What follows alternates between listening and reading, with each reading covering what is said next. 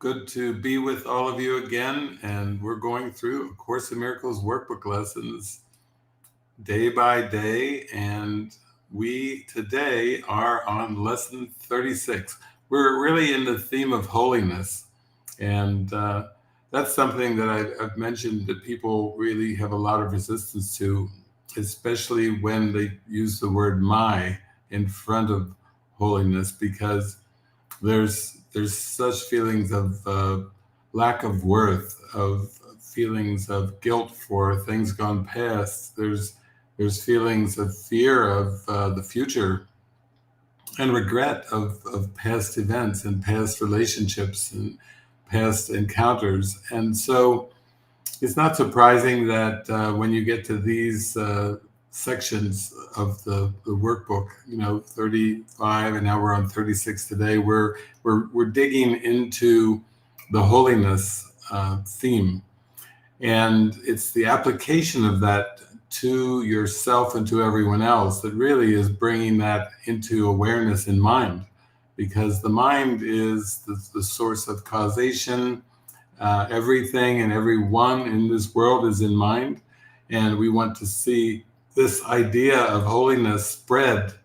Holy Spirit spread it throughout the mind like a lighthouse that takes a big sweep in a darkened sky and just lights up the sky as it sweeps around. We're asking for a full 360 sweep of our mind. We're asking for a mind overhaul. And the Holy Spirit and Jesus are helping us with that. So let's head into our lesson for the day. Lesson 36. My holiness envelops everything I see. Today's idea extends the idea for yesterday from the perceiver to the perceived. You are holy because your mind is part of God's. And because you are holy, your sight must be holy as well. Sinless means without sin. You cannot be without sin a little. You are sinless or not. If your mind is part of God's, you must be sinless, or a part of his mind would be sinful. Your sight is related to his holiness, not to your ego, and therefore not to your body. 4 3 to 5 minute practice periods are required for today. Try to distribute them fairly evenly and make the shorter applications frequently to protect your protection throughout the day. The longer practice periods should take this form. First, close your eyes and repeat the idea for today several times slowly. Then open your eyes and look quite slowly about you, applying the idea specifically to whatever you note in your casual survey. Say, for example, my holiness envelops that rug. My holiness envelops that wall. My holiness envelops these fingers. My holiness envelops that chair. My holiness envelops that body. My holiness envelops this pen. Several times during these practice periods, close your eyes and repeat the idea to yourself. Then open your eyes and continue as before. For the shorter exercise periods, close your eyes and repeat the idea. Look about you as you repeat it again, and conclude with one more repetition with your eyes closed. All applications should, of course, be made quite slowly, as effortlessly and unhurriedly as possible. My holiness envelops everything I see. So, as Jesus said, we're applying today's idea of holiness to the perceived world, the perceived cosmos, and we're letting it transfer to everything and everyone. That's what it means to envelop. We're going to let our perception be enveloped by the holiness within.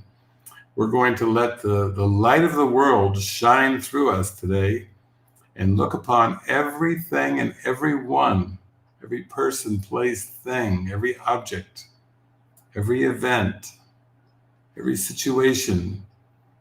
We're going to let our holiness envelop everything. As we practice this lesson, my holiness envelops everything I see. So I looked for something, was guided to this section in the text, chapter 3, section 2, as a support for our extending our holiness today, letting it envelop everything we perceive. And the section is Miracles as True Perception. I have stated that the basic concepts referred to in this course are not matters of degree.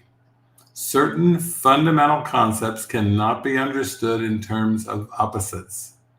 It is impossible to conceive of light and darkness, or everything and nothing, as joint possibilities. They are all true or all false. It is essential that you realize your thinking will be erratic until a firm commitment to one or the other is made. A firm commitment to darkness or nothingness, however, is impossible. No one has ever lived who has not experienced some light and something. No one, therefore, is able to deny truth totally, even if he thinks he can. Innocence is not a partial attribute. It is not real until it is total. The partly innocent are apt to be quite foolish at times. It is not until their innocence becomes a viewpoint with universal application that it becomes wisdom. Innocent or true perception means that you never misperceive and always see truly. More simply, it means that you never see what does not exist and always see what does. So beautiful. That second paragraph starts off with, innocence is not a partial attribute. It is not real until it is total.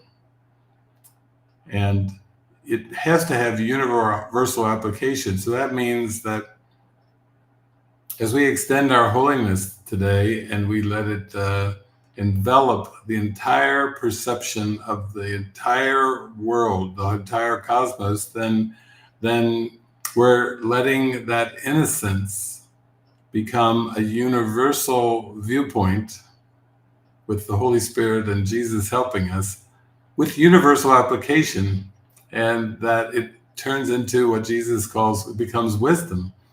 Today we're going to let holiness lead the way to our inner wisdom, our intuitive wisdom, our innate wisdom, the spark of light that is in us that could not go out.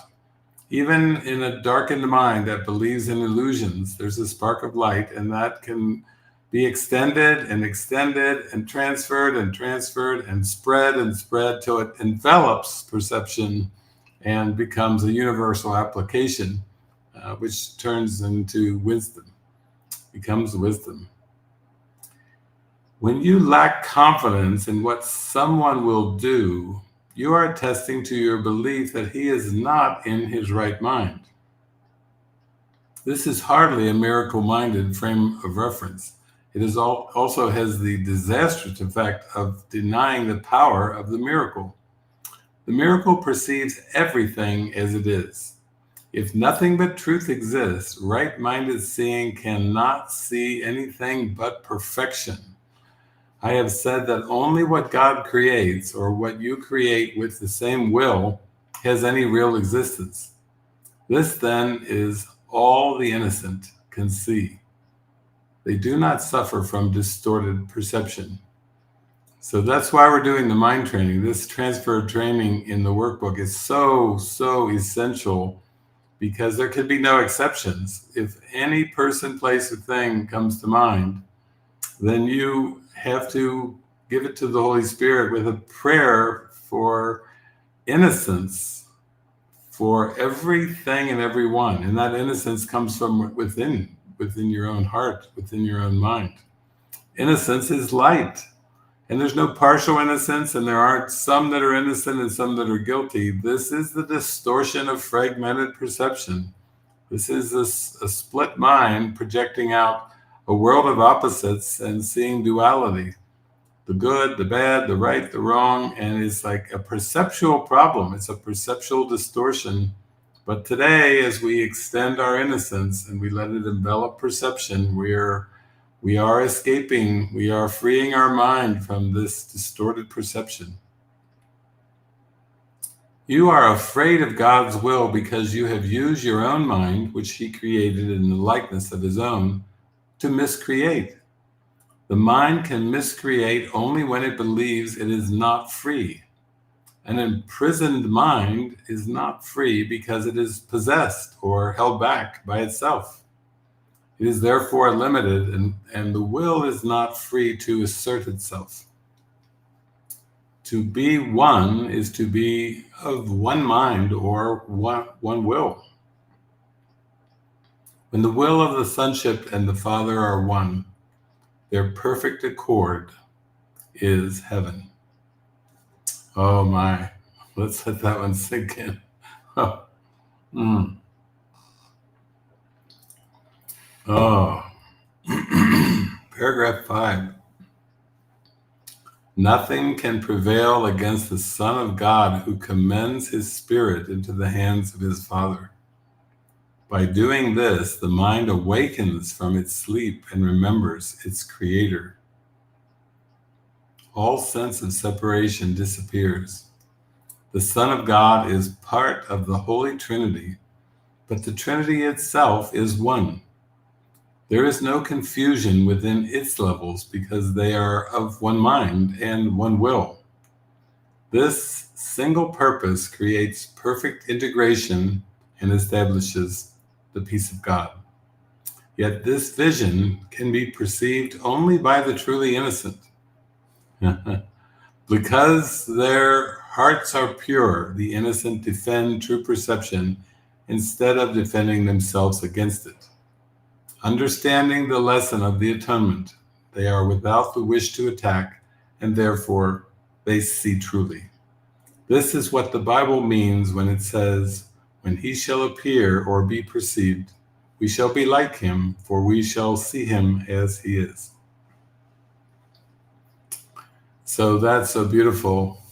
Yeah, it's really going into integration. It's going into harmony. It's going into unified awareness. It's unified by a unified purpose, forgiveness.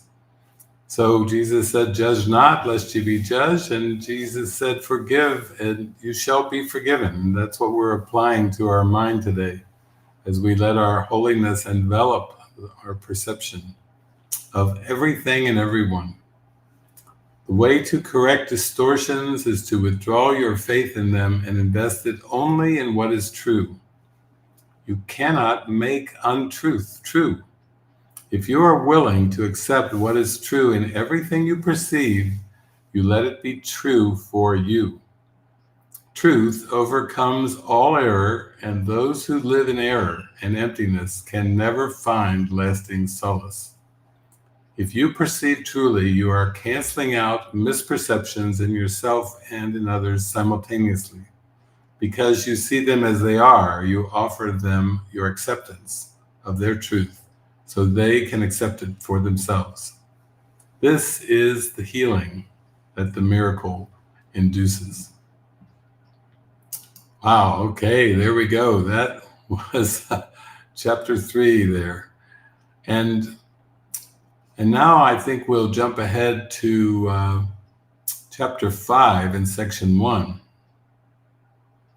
the invitation to the Holy Spirit.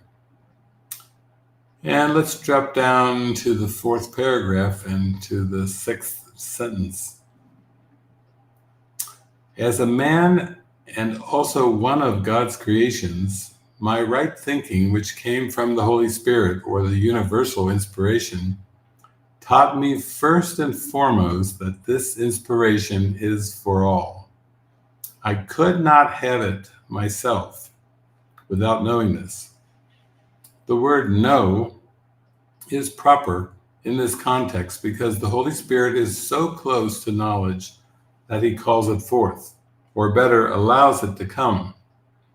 I have spoken before of the higher or true perception, which is so near to truth that God himself can flow across the little gap.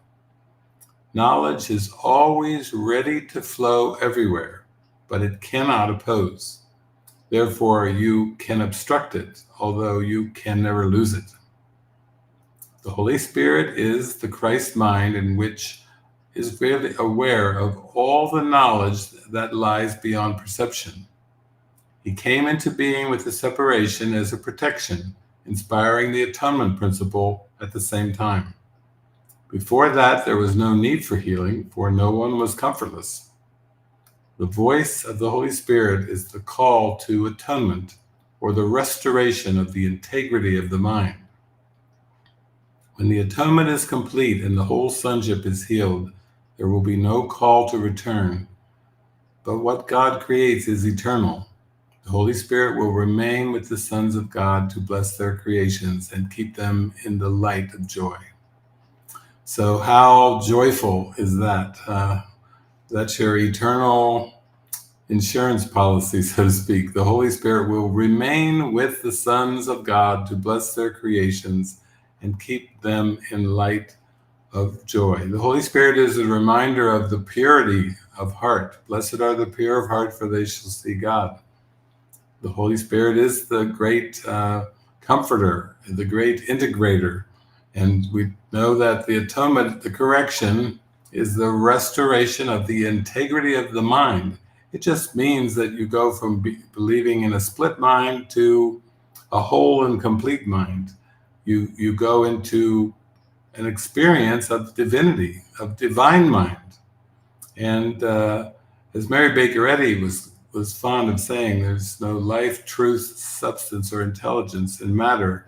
And she was always talking about the divine mind, the Christ mind. And that's the purpose of everything, is to go deep within and to accept the divinity, accept the divine mind, accept the Christ mind. And today we practice as we go through our lesson today, number 36. My holiness envelops everything I see. So go forth and let that inner light envelop everything. Let that holiness shine on and in and through everything and everyone that is perceived. So much so that even the idea of situations starts to disappear as you practice this. You don't make any distinctions between any situations or any circumstances. You just let it radiate. My holiness envelops everything I see. You just let it radiate, radiate, and radiate, and cover. It's like a blanket of light, a blanket of peace that you put over the whole world in your mind. Because that is where perception is. It's actually in the mind. It's just been a trick to think that perception involves the five senses, because in the world, the five senses are accepted as a base or a default, but it's actually a function of mind. Perception, distorted perception, is connected. It's actually one with all the what's seeming five senses. The information, the data that they report to the mind is all to the ego. The ego made this world. The ego is the projector of time and space, the projector of the cosmos, the projector of the body, and the projector of the five senses that seem to be associated with the body. But faulty perception is just one error, and it has already been corrected by the Holy Spirit. So there aren't five different senses of error. It's just one error that projects itself into duality and dualistic things, multiplicity. That's what five is. One is the only number that you'll ever know. I'm kind of paraphrasing Three Dog Night. You know, it's really coming down to our willingness to let our holiness come forth and to let it extend and feel it within and let it shine forth to bless everything and everyone. So here we are on the second of the holiness lessons. My holiness envelops everything I see. God bless you. May you go forth in joy and shine your light far and wide today as a gift to your mind, to our holy mind that is the source of holiness. Thank God. Thank God for holiness. Bye-bye.